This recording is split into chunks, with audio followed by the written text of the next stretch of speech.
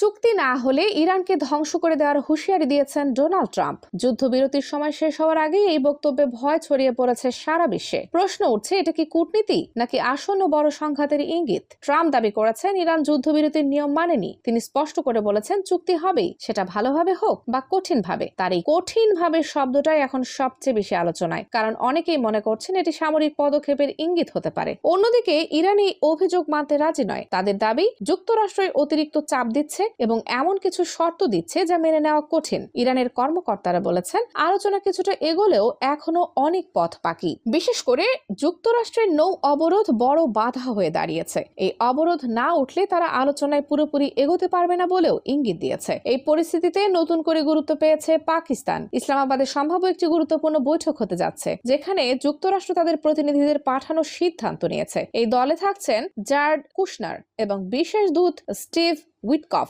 ধারণা করা হচ্ছে এই বৈঠকের মাধ্যমে যুদ্ধবিরতির সময় বাড়ানো এবং ভবিষ্যতে একটি বড় চুক্তির ভিত্তি তৈরি করার চেষ্টা করা হবে। তবে লক্ষ্য করার বিষয় হলো এত গুরুত্বপূর্ণ আলোচনায় যুক্তরাষ্ট্রের ভাইস প্রেসিডেন্টকে পাঠানো হচ্ছে না। কারণ হিসেবে বলা হয়েছে নিরাপত্তা ঝুঁকি এবং সময়ের সীমাবদ্ধতা। এই বিষয়টি অনেকের মধ্যেই নতুন প্রশ্ন তৈরি করেছে। পরিস্থিতি কি আসলে এতটাই ঝুঁকিপূর্ণ? মাঠের পরিস্থিতিও খুব একটা শান্ত নয়। যুদ্ধবিরতি থাকা সত্ত্বেও দক্ষিণ লেবাননে নতুন করে হামলার খবর পাওয়া গেছে। এই হামলা চালিয়েছে ইসরায়েল। তারা জানিয়েছে একটি নির্দিষ্ট সীমা বা ইয়েলো লাইন ঠিক করা হয়েছে, যা অতিক্রম করা হলে কঠোর ব্যবস্থা নেওয়া হবে। এটি অনেকটা গাজার পরিস্থিতির মতো একটি নিয়ন্ত্রণ ব্যবস্থা বলে ধারণা করা হচ্ছে। অন্যদিকে ইরানের পক্ষ থেকেও বড় ধরনের সতর্ক বার্তা দেওয়া হয়েছে। তাদের বিপ্লবী গার্ড বাহিনী জানিয়েছে যুক্তরাষ্ট্র যদি তাদের উপর নৌ অবরোধ তুলে না নেয়, তাহলে তারা গুরুত্বপূর্ণ জলপথ স্ট্রেইট অফ হরমুজ বন্ধ করে দিতে পারে। এই প্রণালী দিয়ে বিশ্বের বড় অংশের তেল পরিবহন হয়। তাই এটি বন্ধ হয়ে গেলে শুধু মধ্যপ্রাচ্য নয়, পুরো বিশ্বের জ্বালানি বাজারে বড় ধরনের প্রভাব পড়তে পারে। এই সব ঘটনার মধ্যে